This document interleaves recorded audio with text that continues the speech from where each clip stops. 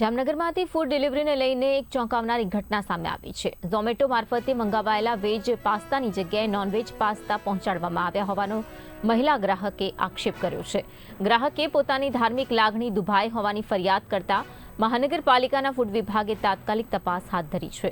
આ તપાસમાં હોટેલ તરફથી ઓર્ડર પ્રક્રિયામાં ભૂલ થઈ હોવાનું સામે આવતા ₹10,000નો દંડ ફટકારવામાં આવ્યો છે। સવારના મને 11:30ની આસપાસ એક માનસીબેન માણેક કરીને કોલ આવેલો કે મેં વેજ પાસ્તા 26 તારીખે રાત્રે 10 વાગે મંગાવ્યા હતા, એની જગ્યાએ મને નોનવેજ પાસ્તા મળ્યા છે। તો મેં કીધું કાંઈ વાંધો નહીં, મને ફોટોગ્રાફ્સ ને ઝોમેટો ઓર્ડરની કોપી ને એ બધું મોકલો, પછી જોઈ લઈએ। તો રૂબરૂ સ્થળ ઉપર અત્યારે સાઇટ્રસ હોટલ દિગ્જામ સર્કલ પાસે આવેલી છે, ત્યાંથી બેને મંગાવેલો।